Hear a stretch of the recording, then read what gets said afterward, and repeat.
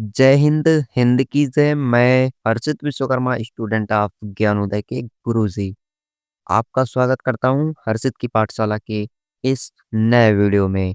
तो आज हम शुरू करने जा रहे हैं कक्षा 12 के फिजिक्स के चैप्टर नंबर 1 की। कक्षा 12 के फिजिक्स के चैप्टर नंबर 1 की, ठीक है।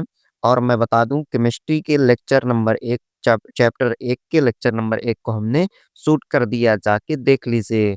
और बायोलॉजी का भी हमने शूट कर दिया, उसको भी देख लीजिए। फिजिक्स का लेक्चर नंबर 1 चैप्टर नंबर 1 के यानी वैद्युत आवेश तथा क्षेत्र को आज की इस वीडियो में कंप्लीट देखेंगे।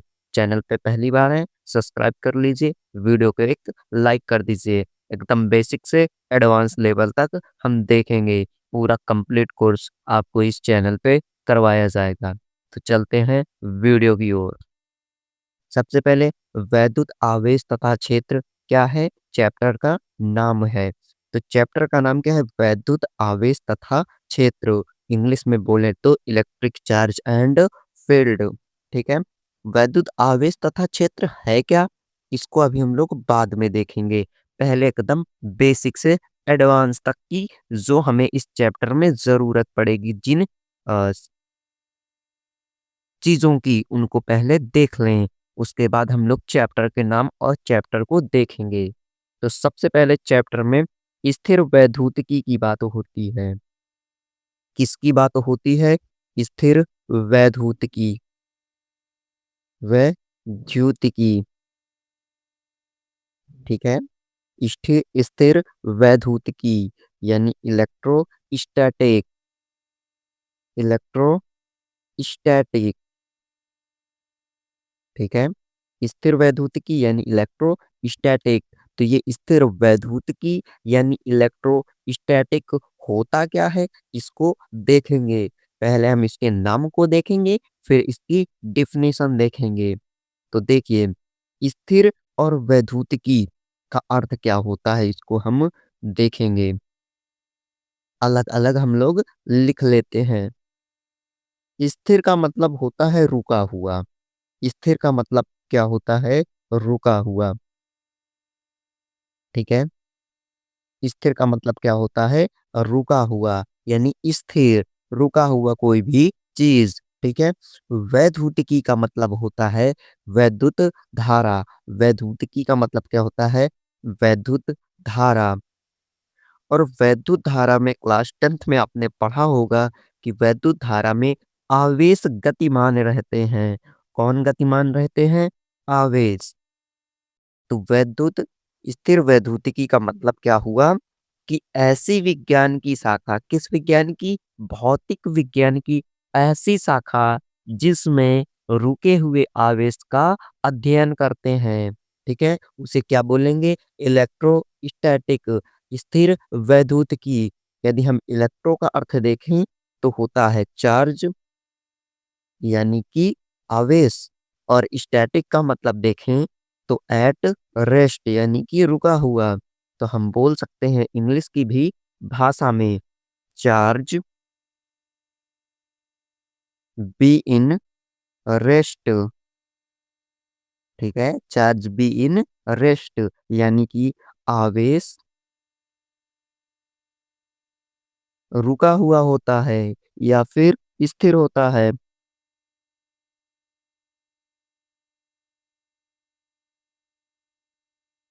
ठीक है। इतना समझ में आया होगा। यानी चार्ज बी इन रेस्ट, आवेश स्थिर होता है, आवेश रुका हुआ होता है। क्या यहाँ तक सभी को समझ में आया? हाँ, ये तो हमने नाम देख लिया। अब स्थिर वैद्युतिकी की डिफिनीशन देख लेते हैं, परिभाषा देख लेते हैं, ठीक है। तो देखिए, स्थिर वैद्युतिकी की अब हम लोग परिभाषा देखेंगे। तो क्या लिखेंगे, भौतिक विज्ञान की वह शाखा, या फिर आप लिख सकते हैं भौतिकी की वह शाखा, ठीक है। भौतिक विज्ञान की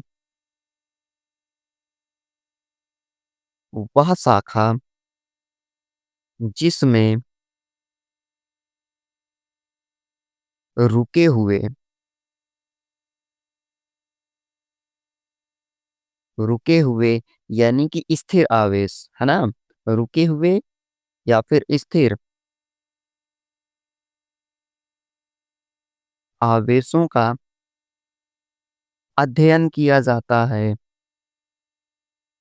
अध्ययन का मतलब होता है पढ़ना या फिर पढ़ाई करना, ठीक है? तो स्थिर आवेशों के बारे में अध्ययन किया जाता है। अध्ययन किया जाता है, क्या कहलाता है? उसे स्थिर वैधुतिकी कहते हैं। उसे स्थिर वैधुतिकी कहते हैं, यानी इलेक्ट्रोस्टैटिक कहते हैं, ठीक है? उसे स्थिर वैधुतिकी कहते हैं। आप लोग नोट्स की दिक्कत नहीं करना, नोट्स आपको फ्री मिल जाया करेगी। जैसे ये लेक्चर नंबर 1 है, तो आपको एक लेक्चर नंबर 1 की नोट्स लेक्चर नंबर 2 पे मिल जाएगी, 2 की नोट्स लेक्चर नंबर 3 पे मिल जाया करेगी, ठीक है? तो देखिए, वैद्युत आवेश। अब अगली टॉपिक देखिए, हम लोग वैद्युत आवेश तथा क्षेत्र ये चैप्टर का नाम है। तो अब हम लोग देखेंगे वैद्युत आवेश क्या है। क्या देखेंगे? वैद्युत आवेश,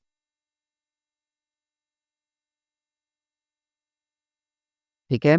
वैद्युत आवेश। वैद्युत आवेश को हम लोग अंग्रेजी की भाषा में देखें तो इलेक्ट्रिक चार्ज, क्या बोलेंगे? इलेक्ट्रिक चार्ज, क्या बोलेंगे? Electric charge. क्या बोल सकते हैं हम लोग? Electric charge. हाँ, वैद्युत आवेश यानी इलेक्ट्रिक चार्ज। अब इलेक्ट्रिक चार्ज होता क्या है, इसको भी हम लोग देख लेते हैं। तो देखिए, इलेक्ट्रिक चार्ज क्या है, इसको देखेंगे। तो इसकी डिफिनीशन होती है, पहले डिफिनीशन फिर उसके बाद हम इसको समझा देंगे। वैद्युत आवेश, वैद्युत आवेश किसी भी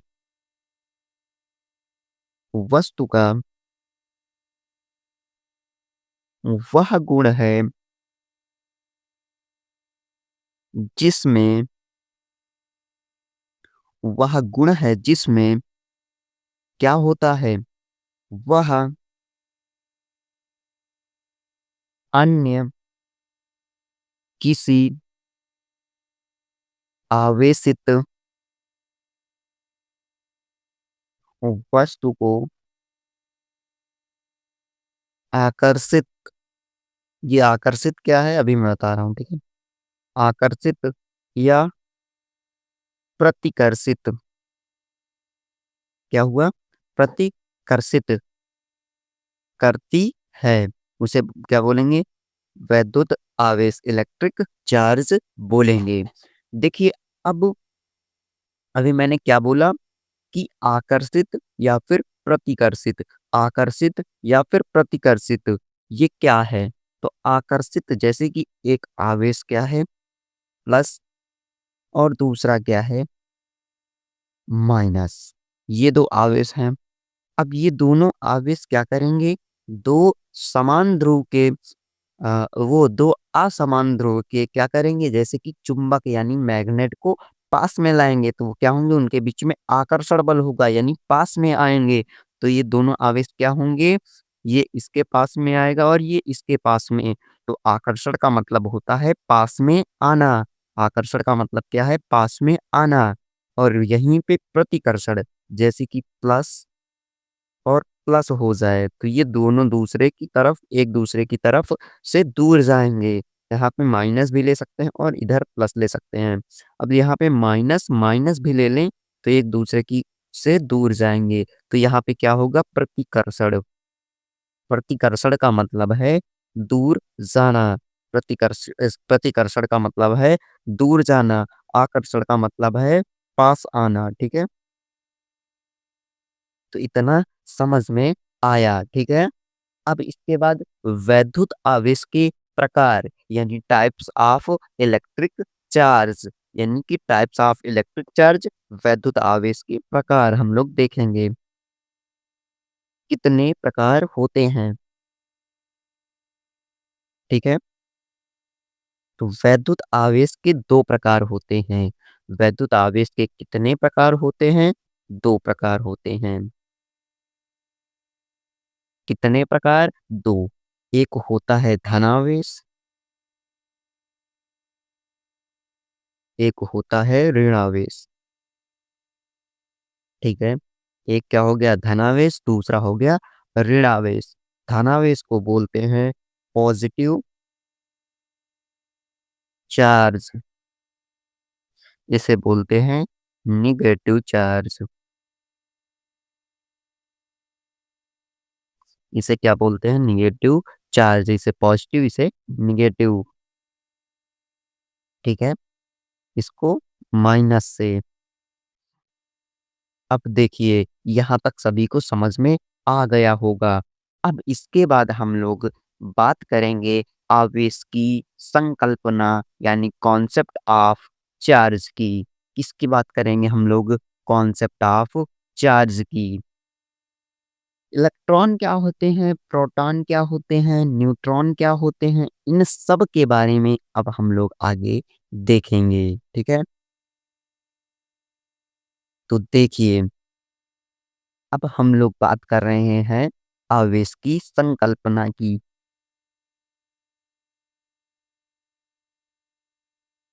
आवेश की संकल्पना, ठीक है? Concept of charge, concept of charge, ठीक? आवेश की संकल्पना यानी कि कॉन्सेप्ट ऑफ चार्ज। जैसे आवेश की संकल्पना यानी कि किसमें कौन सा आवेश है, धनावेश है या ऋणावेश है, किसके आधार पे हम लोग दिया करते हैं? इलेक्ट्रॉन के आधार पे। किसके आधार पे? इलेक्ट्रॉन के आधार पे। प्रोटॉन के आधार पे क्यों नहीं दे सकते, इसके बारे में हम लोग बात करेंगे, ठीक है? तो देखिए पहला पॉइंट है आवेश की संकल्पना सदैव इलेक्ट्रॉन के आधार पर दी जाती है। किसकी संकल्पना? आवेश की। तो लिखेंगे आवेश की संकल्पना, ठीक है? सदैव यानी कि सदैव का मतलब हमेशा इलेक्ट्रॉन पे कौन सा आवेश? ऋणावेश के आधार पर दी जाती है। और आप लोग कमेंट करके बताना कि क्लास कैसी लगी, फिर इसके बाद हम लोग पार्ट 2 बनाएंगे जैसे आपका कमेंट होगा, ठीक है? आवेश की संकल्पना सदैव इलेक्ट्रॉन के आधार पर दी जाती है। अब कहोगे प्रोटॉन के आधार पर क्यों नहीं दी जाती? तो यही बात हम लोग करेंगे, लेकिन अभी रुको। उसके पहले हम लोग बात करते हैं 2 महत्वपूर्ण पॉइंट की। भाई कुछ भी नहीं बचेगा शेष, क्योंकि मेरा नाम है दुर्गेश। तो देखिए जहाँ पे इलेक्ट्रॉन की क्या होगी? कमी होगी। जहाँ पे इलेक्ट्रॉन की कमी होगी वहाँ पे क्या होगा? धनावेश। अब आप कहोगे उसमें से इलेक्ट्रॉन निकल रहा है, कमी का मतलब निकलना, निकल रहा है तो वहाँ पे तो कमी होनी चाहिए यानी ऋणावेश होना चाहिए, धनावेश क्यों? तो मैं बता दूं इलेक्ट्रॉन ऋणावेश होता है, जब ऋणावेश निकलेगा तभी तो धनावेश होगा। तो यहाँ पे उल्टा कॉन्सेप्ट चलता है, ठीक है? और इलेक्ट्रॉन की यदि क्या हो जाए? अधिकता। क्या हो जाए? अधिकता। इलेक्ट्रॉन की यदि अधिकता हो जाए तो वहां पे क्या होगा? ऋणावेश। क्या होगा? ऋणावेश, ठीक है? अब धनावेश कब होगा? जब इलेक्ट्रॉन क्या होगा? इलेक्ट्रॉन का निकलना होगा यानी कि कहीं किसी दो वस्तुओं में क्या हो जाए? एक दूसरे को आपस में रगड़ा जाए। अभी बता रहा हूँ, पहले इतना देख लीजिए। इलेक्ट्रॉन का निकलना और इलेक्ट्रॉन का जुड़ना। तो इतना याद रखना कि इलेक्ट्रॉन की कमी होगी तो कौन सा वेश होगा? धनावेश होगा। और क्या होगी? इलेक्ट्रॉन निकलेगा तब, ठीक है? जुड़ेगा तो क्या हो जाएगा? इलेक्ट्रॉन की अधिकता। और क्या हो जाएगा? ऋणावेश। देखिए अब मैं समझा रहा हूँ जो ये मैंने लिखा। एक ये वस्तु है, ठीक है? इसके पास क्या है? इसके पास 10 इलेक्ट्रॉन ज़्यादा हैं, ठीक है? इलेक्ट्रॉन 10 क्या है? इसके पास ज़्यादा हैं। तो इलेक्ट्रॉन के पास कौन-सा आवेश होता है? ऋणावेश। तो इस पे कौन-सा आवेश है? ऋणावेश। इस पे कौन-सा आवेश है? ऋणावेश। और इसी में 5 प्रोटॉन हैं। इस पे कितने 5 प्रोटॉन है? 5 प्रोटॉन। इस पे क्या है? इस पे 10 वो प्रोटॉन हैं, उल्टा है, ठीक है? वो इस पे धनावेश होता है प्रोटॉन पे, ठीक है? और इस पे कितने ऋणावेश हैं यानी कि इलेक्ट्रॉन है? 5 हैं। इससे इससे 8 इलेक्ट्रॉन आ गए यहाँ पे। तो 8 इलेक्ट्रॉन यहाँ से गए, तो कितने इलेक्ट्रॉन बचे? 2 इलेक्ट्रॉन। और इस पे कितने प्रोटॉन बचे? 5 प्रोटॉन। प्रोटॉन पे कौन-सा आवेश? धनावेश। तो यहाँ पे कौन-सा आवेश हो जाएगा? धनावेश। यहाँ पे कौन-सा आवेश? धनावेश। और यहाँ पे 8 इलेक्ट्रॉन आए। कितने इलेक्ट्रॉन? 8 इलेक्ट्रॉन। तो इसके पास कौन-सा आवेश था? ऋणावेश। यहाँ पे 5 और 8 कितने हो जाएँगे? 12। तो कौन-सा आवेश हो जाएगा? ऋणावेश। यहाँ पे प्रोटॉन कितने हैं? 10, 10 से ज़्यादा क्या हो गए? 12 इलेक्ट्रॉन। तो इलेक्ट्रॉन में कौन-सा आवेश? ऋणावेश। तो कैसा आवेश? ऋणावेश। अब समझ में आ गया होगा, ठीक है? यहाँ तक तो समझ में आया होगा। अब प्रोटॉन की देखिए इलेक्ट्रॉन की अधिकता, इलेक्ट्रॉन की कमी से आवेश को निर्धारित किया जाता है। तो प्रोटॉन भी तो होता है, प्रोटॉन के आधार पे हम लोग दे दें, है ना? प्रोटॉन के आधार पर संकल्पना दी जा सकती है। तो क्यों नहीं दी जाती इसके बात हम करेंगे।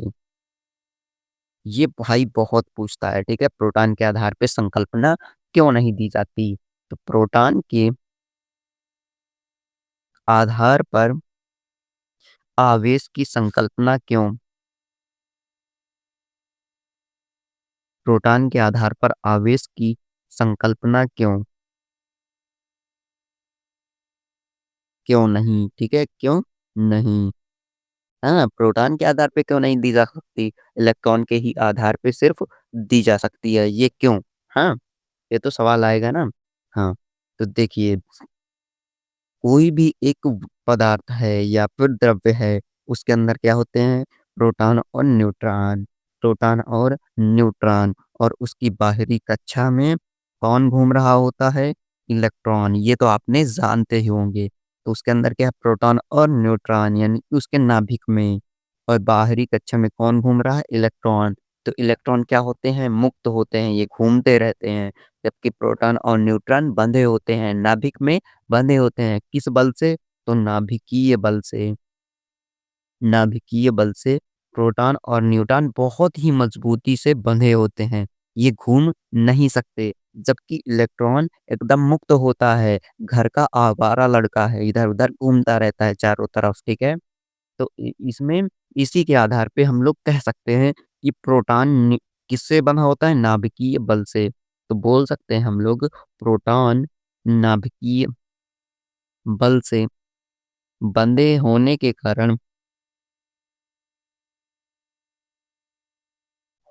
कारण इधर-उधर नहीं जा सकता है,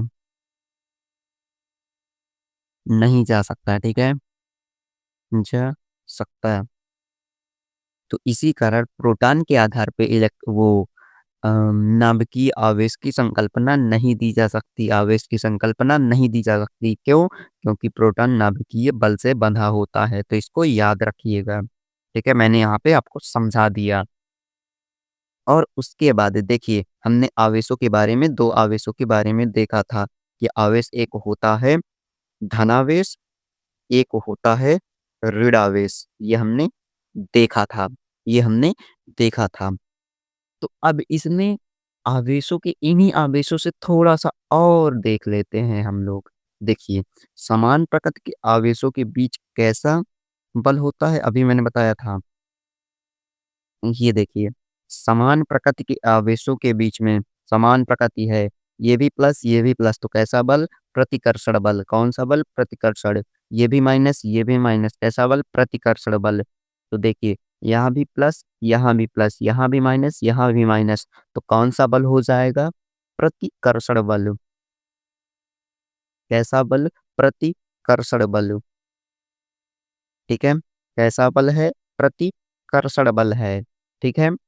अब देखिए, हम यहाँ पे लिख सकते हैं कि समान प्रकृति के आवेशों के बीच समान प्रकृति के आवेशों के बीच कौन-सा बल? प्रतिकर्षण बल।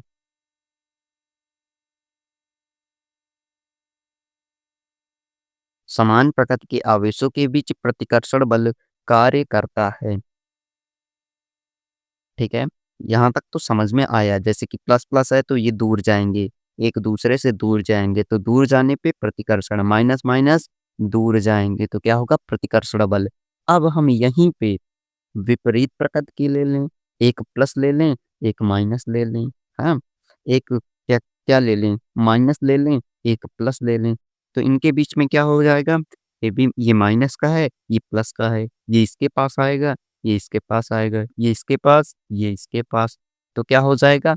आकर्षण बल। कौन-सा बल? आकर्षण बल। कैसा बल? आकर्षण। तो यहाँ पे हम लिख सकते हैं विपरीत प्रकृति के आवेशों को एक-एक पॉइंट भाई ले चल रहे हैं, कुछ भी नहीं छोड़ रहे हैं। आवेशों के बीच आकर्षण बल यानी कि पास आ रहे हैं, ठीक है? बल कार्य करता है, ठीक है? विपरीत प्रकृति के आवेशों के बीच में आकर्षण बल कार्य करता है, जबकि समान प्रकृति के आवेशों के बीच में प्रतिकर्षण बल कार्य करता है। तो यहाँ तक सभी को समझ में आ गया होगा। अब देखिए, इसी को कौन से ये समान प्रकृति के आवेशों को ही बोलते हैं सजातीय आवेश। समान प्रकृति के आवेशों को अब थोड़ा-सा यहीं से देख लीजिए इसी वक़्त। जैसे प्लस-प्लस है, माइनस-माइनस है, तो ये क्या है? समान प्रकृति की हैं। समान प्रकृति है, प्लस-प्लस है, माइनस-माइनस है, ठीक है? धनावेश है और धनावेश-धनावेश है, ऋणावेश-ऋणावेश है। तो समान प्रकृति के आवेशों को सजातीय आवेश बोलते हैं। यानी कि इनकी जाति क्या है? समान है, समान प्रकृति के हैं यानी समान जाति के हैं। तो इन्हें क्या बोल सकते हैं? समान प्रकृति के आवेशों को सजातीय आवेश, ठीक है?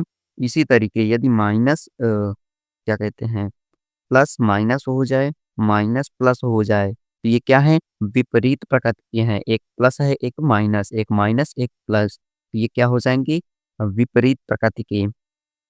कैसे हो जाएँगे? विपरीत प्रकृति के, इसको मैंने अभी पीछे बताया ही है।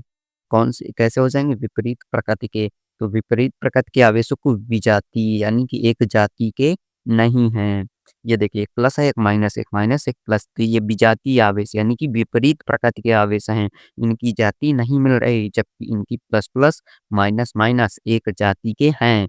तो एक जाति के तो सजाति, दूसरे जाति के तो विजाति यानी कि विपरीत प्रकृति, विजाति, समान प्रकृति, सजाति। आई होप यहाँ तक समझ में आया होगा।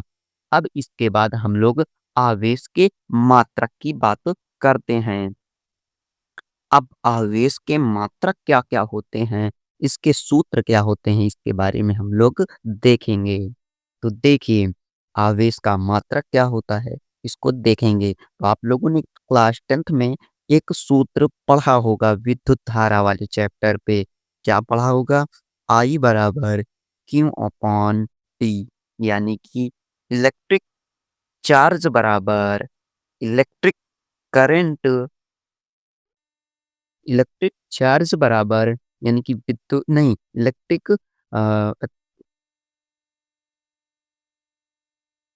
तो क्लास 10th में ये वाला सूत्र आपने पढ़ लिया होगा ना? विद्युत धारा बराबर क्या बोलते हैं? आवेश बटे समय। विद्युत धारा बराबर आवेश बटे समय, ठीक है? तो अब इसी सूत्र को हम लोग थोड़ा-सा चेंज करते हैं, यानी आवेश बराबर क्या हम लोग कर देंगे? यानी कि विद्युत वो आवेश बराबर विद्युत धारा इनटू टाइम हम लोग ये कर सकते हैं, ठीक है? ये आवेश का सूत्र बना सकते हैं, ऐसे हम लोग कर सकते हैं। इसी सूत्र से हम लोगों ने बनाया, ठीक है? अब इसके बाद यदि हम लोग बात करें एसआई पद्धति की, आवेश के एसआई मात्रक की बात करें तो कूलाम होता है। क्या होता है? कूलाम। कूलाम को सी से प्रदर्शित करते हैं। यदि हम लोग एमकेएस पद्धति की बात करें तो ये आवेश का मात्रक वो विद्युत धारा का मात्रक क्या होता है? एम्पीयर। विद्युत धारा का मात्रक क्या है? एम्पीयर है। ठीक है? एम्पीयर। और टी का यानी कि समय का मात्रक क्या होता है? सेकंड। क्या होता है? सेकंड। समय का मात्रक सेकंड, विद्युत धारा का मात्रक एम्पीयर। तो इसमें का क्या कहते हैं? एमकेएस पद्धति में आवेश का मात्रक क्या हो जाएगा? Ampere second. Ampere second. और एम्पीयर सेकंड को ही बोलते हैं कूलाम। एम्पीयर ये सेकंड जो लिखा हुआ है इसी को क्या बोलते हैं? कूलाम। तो आई होप यहाँ तक समझ में आया होगा। अब इसके बाद हम लोग अन्य मात्रक की बात कर लेते हैं। किसके? आवेश के। तो हम लोग बात करें सीजीएस मात्रक की। किसकी? सीजीएस मात्रक की। तो सीजीएस पद्धति में आवेश का मात्रक होता है स्टेट कूलाम। क्या होता है? State coulomb. क्या होता है? State coulomb. और स्टेट कूलाम का एक दूसरा नाम होता है फ्रैंकलिन। फ्रैंकलिन। स्टेट कूलाम के 2 नाम होते हैं, एक स्टेट कूलाम या फिर फ्रैंकलिन। स्टेट कूलाम बोले या फिर फ्रैंकलिन, ठीक है? अब हम लोग बात करते हैं आवेश के बीमा की। आवेश की बीमा। तो आवेश की बीमा क्या होती है इसको हम लोग देखेंगे। ये जो सूत्र था Q बराबर I इंटू टी यानी कि विद्युत धारा और क्या? समय यानी कि टाइम, ठीक है? तो विद्युत धारा का क्या कहते हैं? विमा क्या होती है? तो विद्युत धारा की एम्पीयर यानी मात्रक होता है तो क्या हो जाएगा? ए। और टाइम यानी कि सेकंड, टाइम की क्या होती है? टी। तो पूरा बराबर विमा हो जाएगी, पूरी विमा बनाएंगे तो विमा हो जाएगी एटी। तो आवेश की विमा क्या होती है? एटी। इसको याद रखिएगा। इसके बाद यदि हम लोग बात करें किसकी, कि एक कूलाम बराबर कितने फ्रैंकलिन होते हैं, एक कूलाम बराबर कितने स्टेट कूलाम होते हैं, एक एम्पियर बराबर क्या-क्या होता है। तो इन सभी के बारे में, मात्रकों के बारे में बात करेंगे जो आगे आपको चैप्टर में न्यूमेरिकल क्या कहते हैं सॉल्व करने में बहुत ही मदद करेंगे। ठीक है? तो हम लोग देखते हैं एक कूलाम बराबर एक कूलाम बराबर क्या होता है? तो एक कूलाम बराबर होता है 3 गुणे 10 की power 9 state coulomb. State coulomb. और मैंने अभी बताया है कि स्टेट कूलाम को क्या बोल सकते हैं? फ्रैंकलिन। तो स्टेट कूलाम बोलो या फिर फ्रैंकलिन। ठीक है? तो एक कूलाम बराबर होता है 3 गुणे 10 की पावर 9 स्टेट कूलाम या फिर फ्रैंकलिन। ठीक है? इसके बाद हम लोग देखेंगे एक फैराडे बराबर क्या होता है। एक फैराडे बराबर, इसको याद रखिएगा क्योंकि ये न्यूमेरिकल हल करने में आपको मदद करेगा। एक फैराडे बराबर होता है 96,500 कूलाम। एक फैराडे बराबर क्या होता है? 96,500 कूलाम। ठीक है? इसके बाद हम लोग बात करेंगे एक माइक्रो कूलाम बराबर क्या होता है? एक माइक्रो कूलाम बराबर एक माइक्रो कूलाम बराबर तो एक माइक्रो कूलाम बराबर होता है 10 की घात -6 कूलाम। 10 की घात -6 कूलाम। और मैं बात करूं आवेश के सबसे बड़े मात्रक की, आवेश के सबसे बड़े मात्रक की, आवेश के सबसे बड़े मात्रक की, तो आवेश का सबसे बड़ा मात्रक होता है फैराडे। क्या होता है? फैराडे। तो ये फैराडे बराबर मैंने बता दिया 1000 वो 9000 96,500 कूलाम। एक फैराडे बराबर कितना होता है? 96,500 कूलाम। ठीक है? तो आई होप यहाँ तक आपको समझ में आया होगा। अब आपको मिलेंगे हम लोग लेक्चर नंबर 2 में। वहाँ पे आवेश के गुणों के बारे में देखेंगे। मूल आवेश क्या है? आवेश संरक्षण का नियम क्या है? आवेश की योज्यता क्या है? आवेश का संरक्षण क्या है? आवेश का क्वांटीकरण क्या है? आवेश की अनिश्चितता क्या है? इनमें सभी के बारे में देखेंगे। विशिष्ट आवेश क्या है? और किस तरीके से चालक, अचालक, अर्धचालक सबके बारे में हम लोग देखेंगे। तो मिलते हैं आपको अगले वीडियो में, तब तक के लिए जय हिंद, हिंद की जय। लेकिन ज़रूर बताइएगा आप कहाँ से हैं और कैसी लगी आपको क्लास, कमेंट बॉक्स में।